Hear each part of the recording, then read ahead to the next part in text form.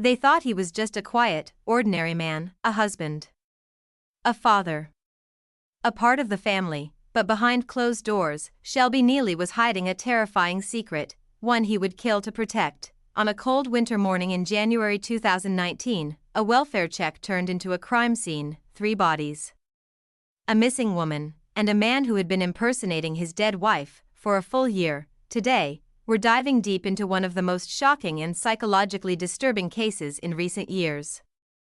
The man who murdered his entire family to keep a horrifying truth buried. Welcome back, Crime Keepers. And here on this channel, we explore true crime through the lens of human psychology, unraveling the motives, lies, and chilling behavior of the world's darkest minds. In today's episode, we peel back the mask of Shelby Neely, a man who didn't just kill once. He killed again and again to keep his lies alive, and the scariest part? No one saw it coming. Not his in-laws. Not his friends. Not even his daughter. What can this case teach us about manipulation, deception, and the silent killers among us? Let's find out. Westchester, Pennsylvania.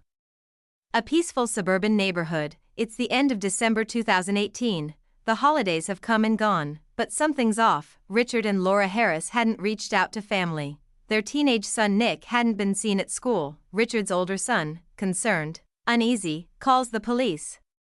It's been weeks without a word. On January 1st, officers knock on the door. No response. What they find inside is something out of a nightmare. The home smells wrong.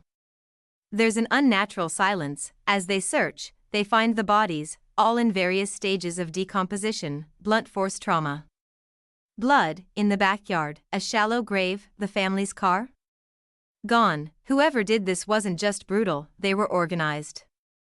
And they had time to clean up. Investigators immediately look at the family's inner circle, and one name rises.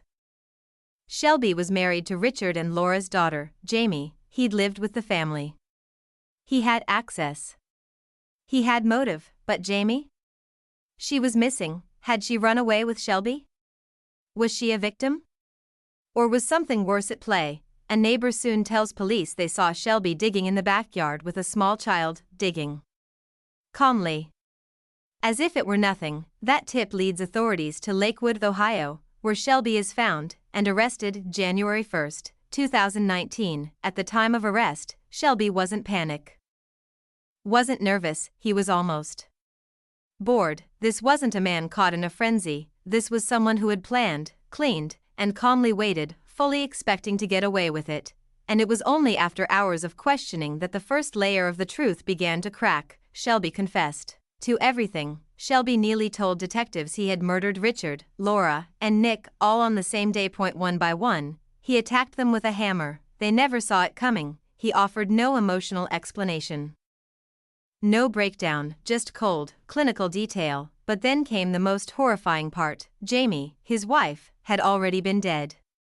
For over a year, Shelby said she had attacked their daughter with a knife.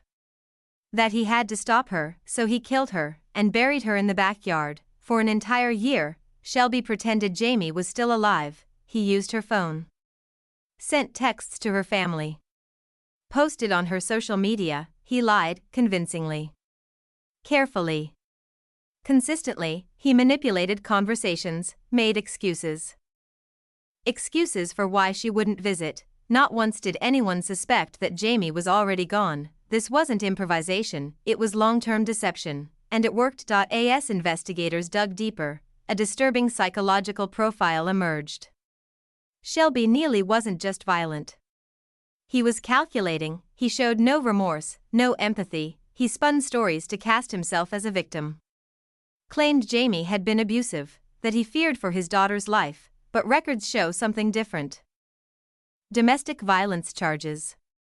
Homelessness. A pattern of unstable jobs and failed relationships. No childhood trauma.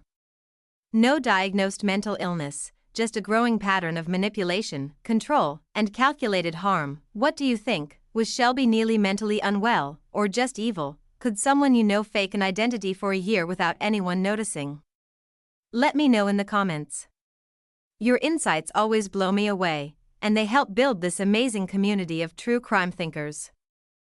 And if you're getting chills like I did researching this case, go ahead and tap that like button.